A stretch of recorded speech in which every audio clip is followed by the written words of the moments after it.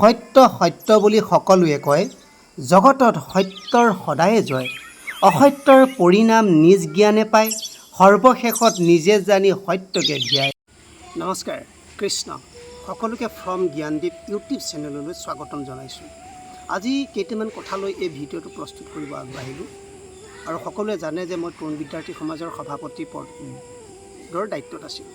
মই কিয় পদত্যাগ কৰিলোঁ সেইখিনি প্ৰায়ভাগে জনাই জানে, আৰু মই এই কথাটো ছ'চিয়েল মিডিয়াত প্ৰকাশ কৰিব বিচৰা নাই। এতিয়া প্ৰথম কথা হৈছে, একশৰণ ভাগৱতী সমাজৰ জন্ম হৈছিল জালুকগুটিত, আৰু একশৰণ ভাগৱতী সমাজৰ জন্মদাতা হৈছে বৈষ্ণৱ পণ্ডিত আচাৰ্য ইলাৰাম দাস বাপেশ্বৰ। এতিয়া আমি যদি একশৰণ ভাগৱতী সমাজৰ প্ৰকৃতাৰ্থত শিষ্য হওঁ, বাপেশ্বৰৰ জন্মস্থান, বাপেশ্বৰৰ সাধনাৰ ভূমি, বাপেশ্বৰৰ কৰ্মভূমি, বাপেশ্বৰৰ বৈকুণ্ঠ প্ৰাপ্তিৰ সেই ভূমিকণক আমি সকলোৱে শ্ৰদ্ধা সন্মান কৰাটো আমাৰ দায়িত্ব আৰু কৰ্তব্য। এয়া ইতিহাসে কয়। বাপেশ্বৰ জীৱিত থকা কালতেই কেইজনমান ব্যক্তিয়ে সমাজখন ফালৰি কাটি লৈ গুচি গ'ল। এয়া একশৰণ ভাগৱতী সমাজৰ বাবে অতি দুৰ্ভাগ্যৰ বিষয়। কেইটামান কথা মই মোৰ ইউটিউব চেনেলত মই উপস্থাপন কৰিব বিচাৰিছোঁ। গুণী জ্ঞানী ব্যক্তিসকলে এইখিনি হৃদয়ৰ পৰা হৃদয়ংগম কৰি আপোনালোকে বিচাৰ দৰ্শন কৰিব। যোৱাকালি একশৰণ ভাগৱতী সমাজ অসমৰ পৰিৱৰ্তিত কাৰ্যনিৰ্বাহক সভা গুৱাহাটী জিলাৰ বামুণী মৈদাম নামঘৰত অনুষ্ঠিত হৈছিল। তাত আচাৰ্য বৈষ্ণৱ পণ্ডিত ইলাৰাম দাসদেৱৰ 3জন সুযোগ্য সন্তান উপস্থিত আছিল। 3জন সুযোগ্য সন্তানে একশৰণ ভাগৱতী সমাজৰ নামত 2 বিঘা মাটি হাইৱে কিনাৰত একশৰণ ভাগৱতী সমাজক লিখিত আকাৰে প্ৰদান কৰে। এই সুযোগতে ফ্ৰম জ্ঞানদীপ ইউটিউব চেনেলৰ ফালৰ পৰা বাপেশ্বৰৰ সেই 3জন সুযোগ্য সন্তানক মই শ্ৰদ্ধা ভক্তি আৰু মোৰ অন্তৰৰ নিভূত কোণৰ পৰা সেৱা জনাইছোঁ। আৰু এই পৰিয়ালটোৰ ওপৰত যিসকলে এতিয়াও কুৎসিত ৰচনা কৰি আছে, সেইসকলক মই আহ্বান জনাইছোঁ, তেওঁলোকৰ ওপৰত কুৎসিত ৰচনা কৰা আৰু বন্ধ কৰক। এয়াই হৈছে উপযুক্ত সময়। বাপেশ্বৰে কেনে এটা পৰিৱেশত একশৰণ ভাগৱতী সমাজৰ জন্ম দিছিল আপোনালোক সকলোৱে জানে।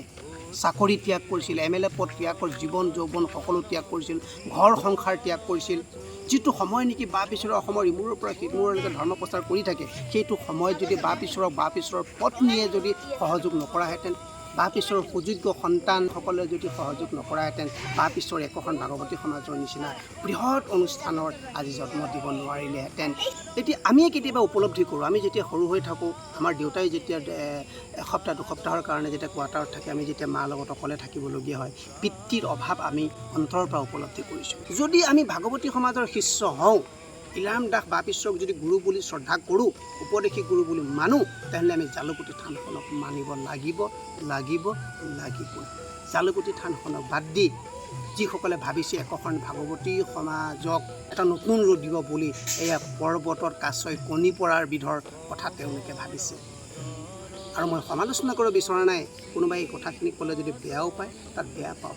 আজি মই 2 বছৰৰো অধিক কাল বাপেশ্বৰৰ জন্মস্থান, বাপেশ্বৰৰ কৰ্মভূমি, বাপেশ্বৰৰ সাধনাৰ ভূমি, বাপেশ্বৰৰ বৈকুণ্ঠ প্ৰাপ্তিৰ স্থানখনৰ পৰা আঁতৰি আছিলোঁ। এয়া মোৰ ভুল আছিল। সমস্ত ভকত বৈষ্ণৱসকলৰ ওচৰত মই ক্ষমা বিচাৰিছোঁ। আমি মানুহ, আমিতো ভগৱান নহয়, কেতিয়াবা ভুল হৈ যায়, এই ভুলৰ আপোনালোকে ক্ষমা কৰিব। মই আজি অনুৰোধ জনাইছোঁ, যিসকলে সেই জালুকগুটি থানখনৰ পৰা আঁতৰি আছে, তেওঁলোকক মই জালুকগুটি থানখনলৈ ঘূৰি আহিবৰ বাবে আহ্বান জনাইছোঁ। এই আহ্বান আপোনালোকে গ্ৰহণ কৰে নকৰে সেয়া আপোনালোকৰ ব্যক্তিগত কথা।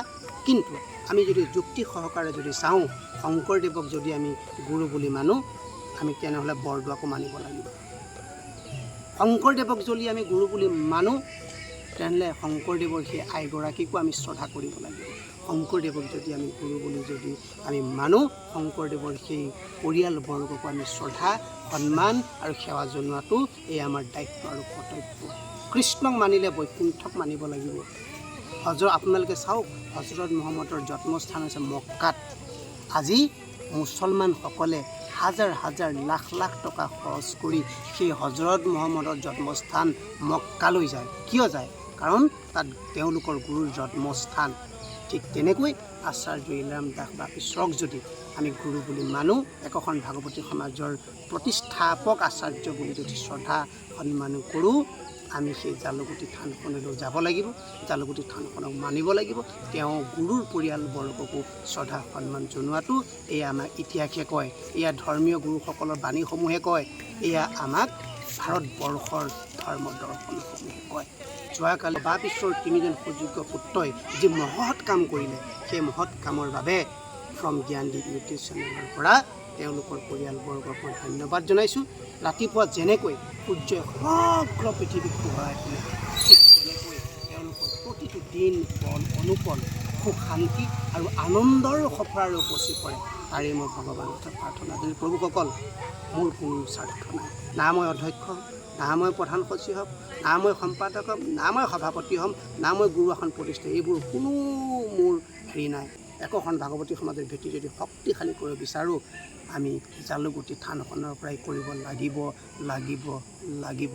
আৰু যিসকলে ভাবিছে জালুকগুটি থানখনক বাদ দি একোখন ভাগৱতী সমাজ শক্তিশালী কৰিম বুলি পৰ্বতত কাছই কণী পৰাৰ বিধৰ কথা তেওঁলোকে ভাবিছে।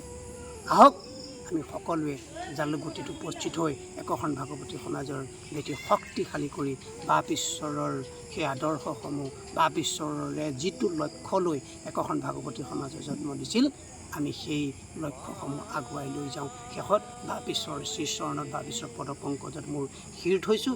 আৰু বাপ ঈশ্বৰে সৃষ্টি কৰা হাজাৰ হাজাৰ একনাম সাধক, বৰভাগ সাধক, সৰুভাগ সাধক, তৰুণ তৰুণীসকলক মই আহ্বান জনাইছোঁ, আপোনালোকে কোনো লবিৰ মাজত সোমাই নাথাকি যুক্তিৰে তথ্যৰে যদি কথাখিনি চাই, জালুকগুটি থানখনৰ পৰাই একোখন ভাগৱতী সমাজৰ জন্ম হৈছিল। জালুকগুটি থানখনৰ পৰাই বাপ ঈশ্বৰে হাজাৰ হাজাৰ ভকত বৈষ্ণৱৰ সৃষ্টি কৰিছিল। সেই জালুকগুটি থানখনক যি হেয় জ্ঞান কৰি আঁতৰি ভাবিছে একোখন ভাগৱতী সমাজৰ ভেটি শক্তিশালী কৰিম, এয়া সপোন কেতিয়াও বাস্তৱ নহয় আৰু নহয়।